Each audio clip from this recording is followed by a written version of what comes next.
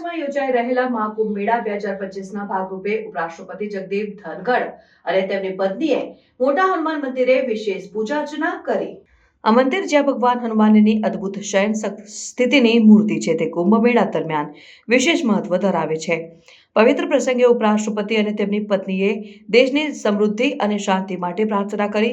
ત્રિવેણી સંગમ નજીક આવેલું આ મંદિર શ્રદ્ધાળુઓ માટે અત્યંત મહત્વપૂર્ણ સ્થળ છે, જ્યાં ભક્તો કુંભ મેળામાં પવિત્ર સ્નાન કરતા પહેલા ભગવાન હનુમાનના આશીર્વાદ લે છે। ઉપરાષ્ટ્રપતિએ ભગવાન ભારતની સંસ્કૃતિ અને ધાર્મિક પરંપરાઓ પ્રત્યે તેમની શ્રદ્ધા વ્યક્ત કરી અને કુંભ મેળાના વૈશ્વિક મહત્વ ઉપર પ્રકાશ નાખ્યો। તેમણે ઉત્તર પ્રદેશ સરકાર દ્વારા મહાકુંભ 2025 માટે કરવામાં આવેલ સુવિધાઓ અને આયોજન માટે પ્રશંસા વ્યક્ત કરી, જેથી યાત્રાળુઓ માટે એક પવિત્ર અને આધ્યાત્મિક અનુભવ સુનિશ્ચિત કરી શકાય। મહાકુંભ 2025 વિશ્વભરમાંથી ભક્તો, સંતો અને મહાનુભાવોને આકર્ષી રહ્યું છે, જે આ મેદાનને વિશ્વની સૌથી મોટી ધાર્મિક ભેટના રૂપમાં વધુ મજબૂત બનાવે છે। ઉપરાષ્ટ્રપતિ ધનખડની હાજરી અને આ રીતે તેમની આસ્થાનું પ્રદર્શન ભારતના સાંસ્કૃતિક અને ધાર્મિક વારસાને વધુ મજબૂત બનાવે છે।